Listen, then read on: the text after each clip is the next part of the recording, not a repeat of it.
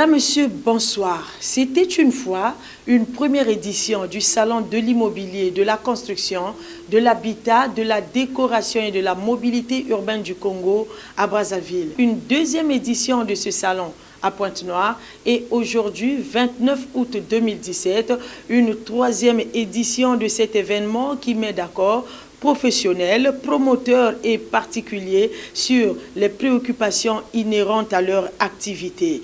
La particularité pour cette troisième édition est que ce salon se tient à une période difficile marquée par la récession économique et les derniers changements politiques intervenus suite au remaniement du gouvernement. Madame, Monsieur, pour votre gouverne, les organisateurs et participants ont bravé ces circonstances pour respecter ce calendrier. Nous vous disons humblement bonsoir et bienvenue à l'émission Est-ce que dans son numéro spécial, troisième édition du Salon de l'immobilier du Congo à Pointe-Noire.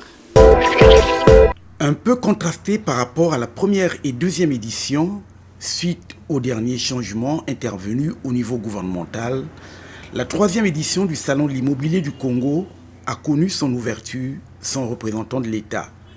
Mais comme l'ont voulu les organisateurs qui signent et persistent que la tendance à cet événement est de mise. L'événement est un grand moment de découverte et d'échange entre les différents acteurs qui interviennent dans la chaîne de l'immobilier. Nous voulons traduire au cours des échanges que nous souhaitons interactifs notre ferme ambition d'accompagner le gouvernement de la République dans l'exécution du programme de société de son Excellence, Monsieur le Président de la République. De plus, dans un contexte de crise économique, nous lançons un appel au Président de la République afin qu'il soutienne notre secteur d'activité à travers une politique fiscale attractive qui puisse permettre de préserver des milliers d'emplois aujourd'hui menacés par cette crise, mais également de protéger les entreprises du secteur. Pour réussir le défi de la diversification de l'économie, le gouvernement de la République doit mettre en place des mesures incitatives de facilitation, notamment d'obtention de crédits, afin que chaque foyer puisse ainsi prétendre à l'accès à la propriété. Ainsi, cette incitation devra permettre de relancer notre économie à travers la consommation des ménages.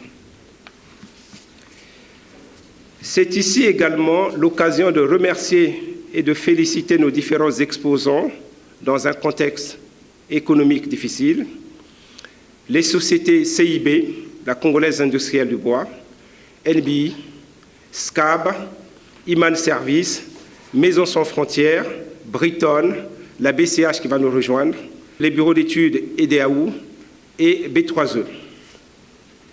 Mais également les structures de l'État telles que l'Agence foncière pour l'aménagement des terres, le cadastre, le bureau d'études des travaux cadastraux et le domaine de l'État, qui n'ont pas pu être présentes à cause du remaniement gouvernemental et de la passation des services qui a eu lieu hier. Intervenant à l'ouverture de ce salon comme partenaire privilégié, le président de la Chambre consulaire de Pointe-Noire a incité les promoteurs, les professionnels et autres faiseurs de l'immobilier à saisir les enjeux de cette troisième édition. Rarement anticipée, l'urbanisation galopante de nos villes génère une multitude de besoins qui nous imposent des défis cruciaux en termes de logement, de mobilité, de loisirs.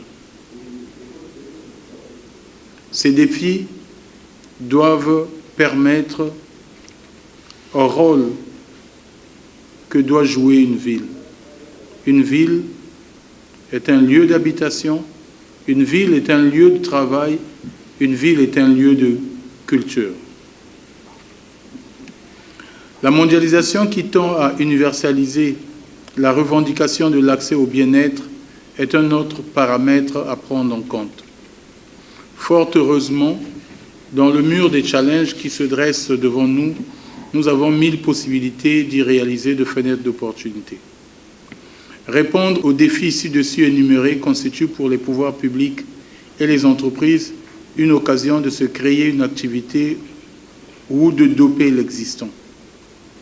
Et à la lecture des thématiques des différentes conférences inscrites Dans l'agenda du salon, je ne doute pas un seul instant que des aspirations seront comblées. Qui dit salon dit affaires. Je forme donc le vœu qu'elle soit fructueuse pour les entreprises qui ont fait le pari de l'exposition. Que de partenariats et de collaborations puissent voir le jour sur des projets qui pourront naître au détour des échanges.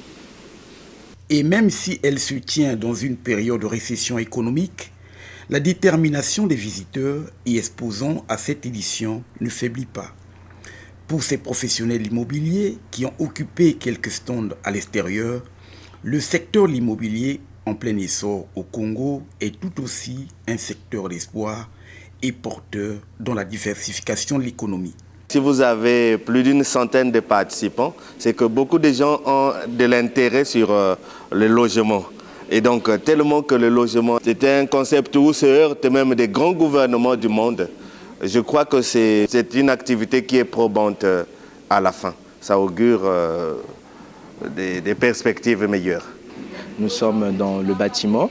Nous faisons l'aménagement des bâtiments, l'électricité, le génie civil. Donc nous sommes venus participer au forum et donc au salon de l'immobilier pour présenter notre structure et puis en fait aussi nous aussi des relations avec d'autres structures et avoir un retour d'expérience sur les entreprises de la place, qu'est-ce qu'ils ont fait et qu'est-ce que nous on peut faire, on peut les proposer pour faire mieux et avancer.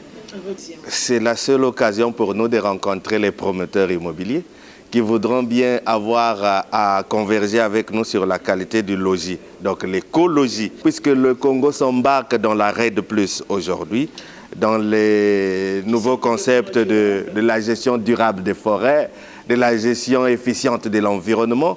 Et donc, il faudra des logements qui ne déforestent pas, qui ne viennent pas porter préjudice à l'environnement. La clôture de cet événement 3 en 1, c'est-à-dire salon plus rendez-vous d'affaires plus conférence, interviendra conformément au calendrier. Le côté scientifique de ce salon a été marqué par plusieurs conférences développées par les experts et certains sachants dans ce domaine. Nous partirons par exemple de la présentation du nouveau schéma directeur de la ville de Pointe-Noire, la réalisation du lotissement au Congo, pour ne citer que ces deux conférences à l'ouverture. Madame, Monsieur, cela vaut la peine pour vous. C'est avec empressement que les participants à la 3e édition du Salon de l'immobilier ont, juste après la cérémonie d'ouverture, occupé les sièges à l'intérieur pour suivre les conférences. Le plus grand intérêt, c'est l'information. Le problème de lotissement au Congo, il est très criant, il est très important et en fait, il faut en parler. Parce qu'aujourd'hui, on ne sait pas qui doit lotir et à quel moment. On a, c'est vrai, des propriétaires terriens qui, eux, ils vendent des terrains. Mais parfois, ils travaillent avec des topographes du cadastre. Mais que font ces topographes? Ils viennent, ils tracent des parcellaires et point barre. Cette conférence est la bienvenue, en ce sens où le problème de lotissement est un problème crucial pour l'aménagement de l'espace de nos villes.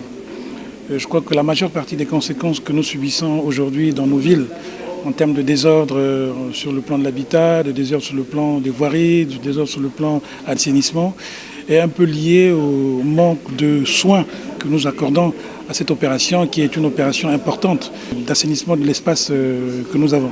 Et ce qui est certain, c'est qu'aujourd'hui, il faudrait un peu que nous replacions ce dossier dans son contexte. La première chose que je voulais dire d'abord, c'est qu'aujourd'hui, l'État a quand même fait un effort. Nous avons mis en place ce que nous appelons l'AFAT. L'AFAT qui est une agence foncière pour l'aménagement des terrains. Au moins, il régule l'ensemble des lotissements qui se fait dans l'espace au niveau du Congo. De la réalisation des lotissements au Congo, thème développé par Manuel Bouvet, ingénieur spécialiste en voirie, bâtiments, réseaux divers et tout corps d'État, le responsable du bureau d'études B3E a éclairé la lanterne des participants et dissipé les malentendus qui alimentent les tensions entre les propriétaires terriens et les techniciens du cadastre et l'urbanisme. En décrivant les différentes actions à mener pour créer un lotissement, les différentes périodes à respecter. Donc c'était, je dirais, quelque chose de très très général qui peut s'appliquer autant en Europe qu'en Afrique. Et effectivement, j'ai vu que tous les gens présents sur le salon étaient extrêmement intéressés. Et d'ailleurs, le débat était très très vif. il y a eu de très très nombreuses questions, très précises, très pertinentes, et donc ce qui a pu permettre les échanges avec la salle, et même entre différents experts qui sont intervenus et ont complété largement mes propos. Je ne suis pas rentré dans des débats congolo-congolaises, si vous me permettez l'expression. Et effectivement, j'ai attiré l'attention sur les participants sur le fait qu'effectivement, il fallait pérenniser les investissements. C'est-à-dire que le but, ce n'est pas de vendre un terrain, de construire une maison, un jour J pour un mois, pour 6 mois, mais effectivement, le but, c'est de dire... Je prévois, je fais mon investissement, même si effectivement ça va peut-être coûter un petit peu plus cher, mais effectivement le but c'est comment sera ma maison dans 10 ans, comment sera mon quartier dans 50 ans, qu'est-ce que je vais donner à mes enfants, c'est ça qui est important. Le lotissement ne supplante pas le schéma directeur de la ville, a dit le premier conférencier, avant les avis controversés des intervenants au cours de cette conférence. C'est un peu l'erreur que nous commettons lorsque nous traçons nos villes. Prenons pas en compte ce qu'on appelle les couloirs d'écoulement naturels. À mon avis, nous avons 2 acteurs qui sont en concurrence. Nous avons les acteurs privés, comme on a vu tout à l'heure, les propriétaires terriens, mais aussi l'État. Donc je crois qu'il y a cette concertation doit être permanente, de sorte à pouvoir situer les responsabilités. Dans tous les cas, ce dont on a besoin aujourd'hui pour pouvoir lotir, ce sont déjà des données techniques. Francis Bacon a dit « on ne commande à la nature qu'en lui obéissant ». Dans la ville de Pointe-Noire, vous comprendrez que la nature régulait elle-même les terrains. Il y avait des regards naturels, des lieux de rétention des eaux. La Loya, par exemple, était un lieu où on retenait les eaux. À Timani aussi, vous avez des endroits où les eaux de pluie étaient retenues. Mais nous, les humains, nous sommes venus, nous avons même eu à construire là où la nature faisait la régulation. Après avoir fermé, bouché tous les regards naturels, il fallait qu'on prévoie d'autres mécanismes, soit l'élargissement de la Chinouka et de la Songolo, pour que les eaux puissent s'écouler normalement. Les problèmes que nous avons en Pointe-Noire sont des petits problèmes. S'il y avait la volonté politique, le pouvoir d'État ne se négocie pas pour qu'on dise qu'entre la municipalité et les terriens, il faudrait qu'il y ait une entente. Non, un État ne fonctionne que selon des dispositions. La présentation du nouveau schéma directeur de la ville de Pointe-Noire a été la 2e conférence développée par le directeur départemental du développement urbain, de l'habitat et de l'architecture de Pointe-Noire, Jean-Jacques Djela. Ce schéma directeur, effectivement, corrige certaines choses qui, effectivement, aujourd'hui entravent le bon fonctionnement de la ville. Je peux prendre des exemples. Il y a des problèmes de mobilité urbaine, donc de voies, il y a des problèmes des équipements sanitaires, ainsi de suite. Donc tous les problèmes qui font partie du développement urbain normal d'une ville. Alors, dans les grands enjeux de ce schéma directeur, il s'agit de prévoir le développement d'ici 2035 pour que nous ne connaissions plus les problèmes actuels. Donc, nous avons vu effectivement cette croissance démographique énorme ces dernières années. Pointe-Noire est passé presque de 700 000 habitants il y a une vingtaine d'années. Aujourd'hui, on compte 1,2 million presque. Et en ce qui concerne l'étalement de tissu urbain, nous sommes passés de 50 000 hectares à 150 000 hectares, donc du simple au triple. Alors, mais tout ça, effectivement, sans que les équipements suivent. C'est pour ça que vous avez vu dans notre expérience, nous avons dit que les autres quartiers périphériques deviennent des quartiers dortoirs dans lesquels tout se passe au centre-ville et ça pose énormément de problèmes pour lesquels, vous savez, que nous avons évoqué tantôt. Mais aujourd'hui, le gouvernement de la République a pris des engagements énormes en ce qui concerne ces deux, pour mettre en place ces schémas directeurs, effectivement, sous la responsabilité du chef de l'État, le président Denis Sassou Nguesso, pour que nos villes n'évoluent plus sans planification. Le faisant, et pour corriger le déséquilibre qui apparaît sur le schéma directeur de la ville de Pointe-Noire, le conférencier a aussi présenté le projet ONU Habitat. Le projet de l'ONU Habitat prend par exemple en charge des quartiers précaires. Et d'ailleurs, le gouvernement de la République aussi a un programme dans le cadre de la restructuration des quartiers précaires.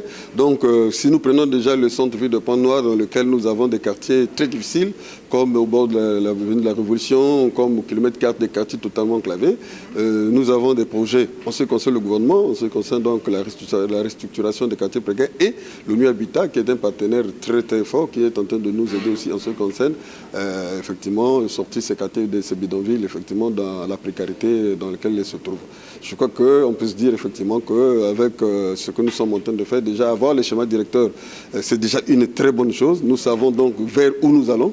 Et donc les investissements qui arrivent, on peut bien les orienter et surtout harmoniser tous les projets qui vont se réaliser dans la ville, dans le bon sens, à ce que la ville fonctionne normalement. Bien au-delà des attentes du salon, son objectif pour le promoteur, président de l'association pour l'aménagement et la gestion environnementale des villes urbaines du Congo, c'est de mobiliser le maximum possible des professionnels de la chaîne de l'immobilier. Il ne faut jamais reculer face à l'échec, il faut toujours être combatif. Nous sommes au terme de la première journée, donc on a une satisfaction par rapport à nos attentes. Donc on savait que ça n'allait pas être facile. Bon, ce qui me satisfait moi, c'est plutôt la qualité par exemple des débats au niveau des conférences de la première journée. On a eu de très bonnes conférences avec des très bons conférenciers. Je pense que, et puis le public a pu poser des questions. Tout ça, ça s'est fait dans un contexte de sérénité. Je pense que c'est un atout. Aussi passionné de l'immobilier, il dit vouloir poursuivre son combat pour la valorisation et la promotion de ce secteur d'activité porteur dans la diversification de l'économie. L'année dernière, la première journée, on était à 500 visiteurs. Aujourd'hui, on en a eu 300. Mais une fois de plus, on le redoutait, donc on le savait que le contexte économique est difficile. Il y en a qui ont perdu leur emploi, mais tout ce que je peux leur dire, peut-être qu'il y a encore demain, après-demain, et puis que les gens soient motivés. Vous savez, lorsqu'on vous dessine, comme cet après-midi, les perspectives d'avenir en 2035, pour moi, je pense qu'il faut que ça redonne envie. Il y a des opportunités pour les futurs investisseurs. Ce n'est pas parce qu'aujourd'hui nous sommes dans une phase de crise, mais qu'il y a dans ce pays des perspectives, dans cette ville, des perspectives à venir pour les 10 prochaines années. Donc c'est maintenant qu'il faut se positionner, c'est un atout et moi j'incite vraiment les investisseurs à être présents, à venir, à y croire. Leur détermination étant à l'idée d'organisation d'un tel événement, professionnels de l'immobilier, peu importe leur nombre, quelques présents qui ont marqué leur visibilité sont passés dans le viseur de la caméra de l'émission Est-ce que parmi eux, NBY Immobilier, la Congolaise industrielle de bois, avec sa définition de maison à ossature bois, maison sans frontières et bien d'autres. Voici comment. En plein cœur du centre-ville de Pointe-Noire se dresse la deuxième agence de NBY Immobilier Conseil. En plus de son agence de Brazzaville, NBY est une société familiale spécialisée dans la gestion et transactions immobilières. Créée depuis 2006, cette société dirigée par Yana Luemba Delo assiste ses clients avec une équipe de 8 jeunes dynamiques et passionnés de l'immobilier, constituée de conseillers, de juristes, de commerciaux, d'architectes et coordonnateurs de travaux. À Pointe-Noire, ils sont 5 employés, y compris la directrice générale, qui, pour des raisons d'opportunité d'affaires, a choisi de travailler dans la ville capitale économique. En 2011, l'agence de Pointe-Noire avait eu un grand vide parce que la direction était à Brazzaville. L'agence de Pointe-Noire est restée vide pendant un certain temps. Il n'y avait pas de responsable, donc l'agence avait vraiment beaucoup de retard sur tout ce qui est gestion, comptabilité, etc. Il fallait remettre un peu à niveau. Donc j'avais pris d'abord le choix de vivre à Pointe-Noire pour ça. Et puis après, bon, j'aime vraiment beaucoup mieux Pointe-Noire que Brazzaville. Du coup, je suis restée. J'ai vu le changement s'opérer plus rapidement à Pointe-Noire qu'à Brazzaville. Ça a été très fulgurant. Quand on a commencé, on n'était pas nombreux. L'immobilier, c'était vraiment quelque chose qui venait de l'extérieur. Il y avait déjà les démarcheurs et tout ça. Mais les sociétés, on était quelques-unes à peine, du moins en 2006. À Pointe-Noire, il y a eu un gros boom dans les années, à partir de 2010-2011. Il y a eu vraiment énormément d'agences immobilières qui sont arrivées en même temps. Fort de son expérience, NBY bénéficie de la confiance de plus d'une centaine de partenaires et des particuliers qu'elle accompagne dans les choix de leurs projets de construction et habitat. Leur satisfaction étant, l'idéal pour cette société immobilière, c'est de faire en sorte que chacun ait un chez-soi. Il faudrait que l'immobilier devienne un réflexe chez tous les citoyens congolais. C'est-à-dire, pas seulement l'immobilier, mais parce que tout le monde, de toute façon, a un terrain ou autre, mais aller dans une agence immobilière. Parce que, vous savez, on a encore la culture ici de se dire l'agence immobilière, c'est cher. Donc c'est réservé aux expatriés. Oui, mais eux, c'est sûr, ils vont s'occuper que du centre-ville. C'est complètement faux. L'agence immobilière, c'est tout le monde. Parce que c'est un service et c'est un besoin pour tout le monde. Qui n'a pas besoin de se loger? Tout le monde est soit propriétaire, soit locataire. Il n'y a que deux possibilités. Ou alors on habite chez quelqu'un qui est propriétaire ou locataire. Donc dans tous les cas, le besoin, il est là. Donc on a besoin d'être connu auprès de tout le monde, hommes comme femmes, pour que les gens comprennent en fait que les agences, c'est pas quelque chose de luxueux. C'est quelque chose de normal. C'est comme aller à la pharmacie. On vient dans une agence quand on a besoin d'acheter une maison ou quand on a besoin de louer une maison. NBY, Immobilier Conseil. C'est une société familiale. Nous sommes une société familiale qui existe depuis 11 ans, donc exactement depuis 2006. Nous faisons de la transaction, gestion immobilière, donc tout ce qui est achat, vente, location, que ce soit des maisons, des bureaux, etc. Nous existons depuis 11 ans sur Brazzaville et Pointe-Noire en même temps. On n'est pas très nombreux. On existe depuis 11 ans, mais on n'a pas un effectif de 50 personnes. Ayant pris l'audace de participer à la 3e édition du Salon de l'immobilier, NBY confirme sa présence sur le marché de l'immobilier au Congo et nourrit les ambitions d'être une société leader dans ce secteur en plein essor. La visibilité, effectivement, c'est la raison principale qui nous emmène vers un salon. Parce que déjà, il n'y en avait pas beaucoup avant. C'est le seul salon de l'immobilier qui a eu lieu, du moins à ma connaissance. On s'est engagé sur la 2e édition parce que justement, on veut être visible. On veut être visible dans la tête des professionnels, mais aussi du Congolais. C'est notre client. Et ils ne nous connaissent pas forcément tous. C'est vrai qu'ils ne viennent pas tous au salon de l'immobilier. Ça, on est clair que la population en général, ils ne viendront pas.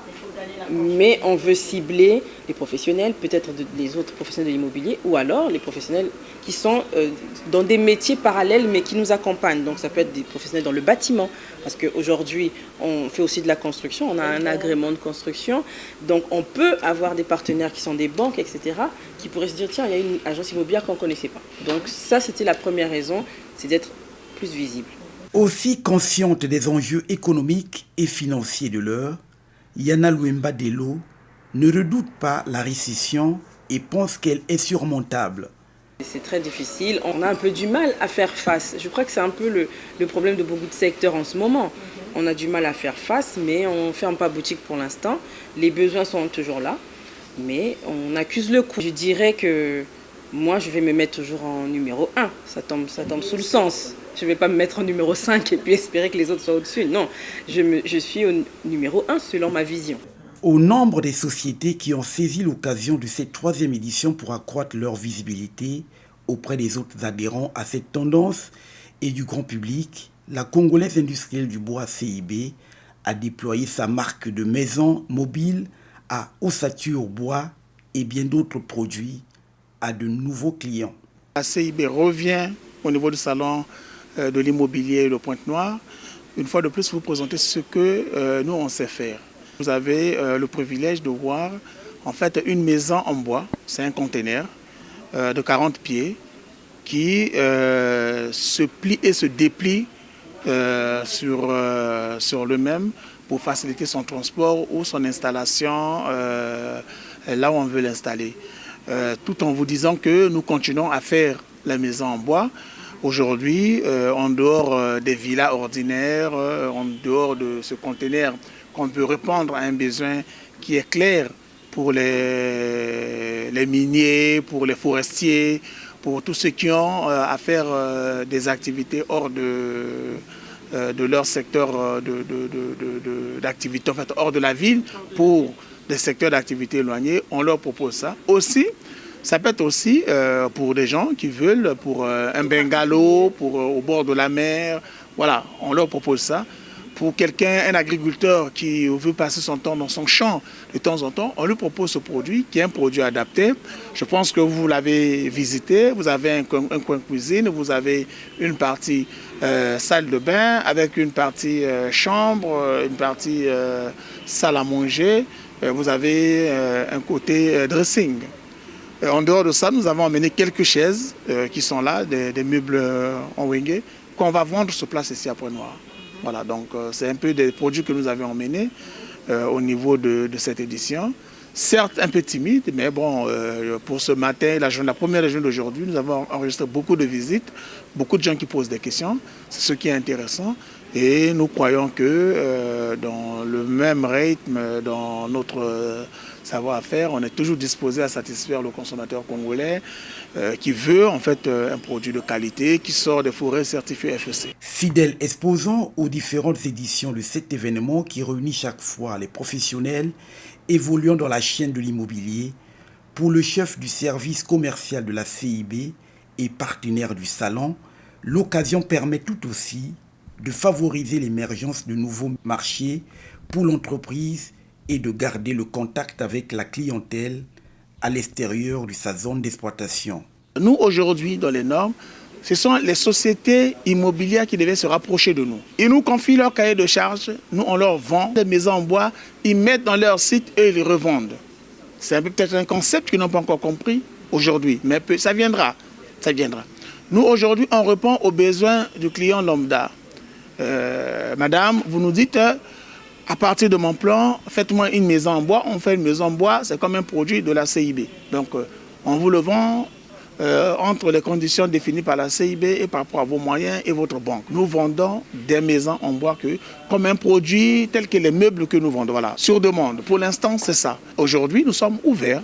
Si quelqu'un, aujourd'hui, une société immobilière, il dit, bon, écoutez, moi, j'ai pris 300 hectares à Pointe-Noire, à Brazzaville, je ne sais pas, à Dolisie, il veut faire la promotion immobilière, il veut des maisons en bois, nous sommes capables de répondre à ce besoin. Autre opérateur immobilier qui n'a pas échappé à l'attention des visiteurs, Maisons sans frontières, à travers ses projets de logements sociaux sur le site de Tikobo et sa résidence Les Caraïbes, dont le premier module est en chantier en Kunda, dans la zone économique spéciale de Pointe-Noire. Le secteur de l'immobilier dans son ensemble au Congo est en plein essor et c'est un secteur aujourd'hui porteur qui compte dans la diversification de l'économie. Les professionnels de l'immobilier l'ont affirmé à l'ouverture de ce salon en montrant bien leur détermination de se retrouver. L'événement 3 en 1, c'est-à-dire salon, rendez-vous d'affaires et conférences, a permis de regarder bien d'autres participants qui sont parvenus à se montrer. Regard sur les stands des exposants à la 3e édition du Salon de l'immobilier. Juste à l'entrée, l'ASCAB, la société généralement connue sous le label de prestations du gardiennage dans les entreprises de la place et auprès des particuliers, veut se faire connaître davantage. Car, pour son directeur général adjoint, derrière sa première fonction de gardiennage se greffent bien d'autres fonctions qui font aujourd'hui la fierté de toute l'équipe des travailleurs. Voilà, c'est plusieurs aspects. C'est pour ça aussi qu'on est au salon, pour montrer qu'on ne fait pas que du gardiennage, qu'on fait aussi de la sécurisation électronique, c'est-à-dire avec des alarmes, avec de la vidéosurveillance, avec de la détection incendie. On fait aussi du gardiennage avec des chiens, c'est-à-dire avec des maîtres chiens. On fait du transport de fonds. Et puis on a la chance de disposer à Brazzaville et Pointe-Noire d'un chenil, ce qui nous permet de faire aussi de la pension pour les chiens, c'est-à-dire les gens qui partent en vacances nous confient leurs chiens pendant le temps des vacances. On les garde d'eux pendant un mois. Et puis on fait aussi de l'éducation, c'est-à-dire que les jeunes chiens qui ont besoin d'être dressés, c'est plus de l'éducation que du dressage. Et on leur apprend, on apprend un chien à obéir, obéir à son maître, voilà. Et ça s'adresse plutôt aux particuliers. Faisons la présentation de ce qui constitue ses leviers de développement et ses atouts dans un monde concurrentiel aujourd'hui. L'adjoint du patron de l'ASCAB rappelle ce qu'elle a été au départ de sa création. L'entreprise a été créée en 1975 par M. Alphonse Nzomambou, qui est toujours le président fondateur et toujours le président actuel. Et l'entreprise au départ était une société de bâtiments et qui a évolué dans la sécurité, puisque quand on fait des bâtiments, et c'est pour ça aussi qu'on est ici, quand on fait des bâtiments, on sécurise les bâtiments et puis progressivement la société a évolué vers uniquement de la sécurité. Société numéro 1, leader dans la sécurité, le directeur général adjoint estime qu'aucun projet immobilier ne peut être conçu de nos jours sans intégrer la dimension sécurité. Pour moi, la sécurité, c'est un des maillons maintenant de la construction d'un de la construction immobilière. C'est-à-dire que maintenant, au même titre que quand on fait un bâtiment, on fait la voirie, on amène les réseaux, on prend une assurance habitation et tout. Et maintenant, de plus en plus, on sécurise les bâtiments. Et c'est pour ça que la SCAB se positionne clairement sur ce salon. D'une part, pour sécuriser les immeubles de grande ampleur, parce que là, on peut faire du gardiennage et de la sécurité incendie. Et aussi offrir aux particuliers une solution, soit une solution de gardiennage, ou ce qui est plus adapté, une solution de sécurisation électronique à base d'alarmes et de vidéosurveillance. Rien n'est jamais parfait, mais je crois que la SCAB se situe parmi les leaders de la sécurité au Congo. Et on a beaucoup de clients qui viennent vers nous parce que la SCAB a une excellente réputation. Et beaucoup de clients viennent nous voir. Bon, on fait évidemment du démarchage vis-à-vis du client. Et on a aussi la chance d'être connus sur le Congo. Et beaucoup de clients viennent nous voir parce qu'ils connaissent le sérieux de la SCAB. Ils savent que la SCAB a des agents sérieux. Elle forme ses agents. On essaie de répondre au maximum aux prestations du client. On contrôle nos agents sur site, sur place. Et puis surtout, on est une société sérieuse qui assume ses responsabilités. Quand il y a un incident, on a des assurances, on assume nos responsabilités. Et puis on dédommage le client si on est en faute. Voilà. D'où tout l'intérêt pour la SCAB de participer à ce salon et partant de se faire connaître au grand public. Alors on est une société qui a quand même on est le plus gros employeur du Kwilu pour l'instant. La SCAB est le plus gros employeur du Kwilu. Et on a une société qui a quand même un souci social vis-à-vis de ses agents. Donc on essaie le plus possible de les garder. On n'a pas fait de plan de licenciement. Quand on perd des clients, on essaie le plus possible de jouer sur les fins de contrat pour garder le plus possible d'agents.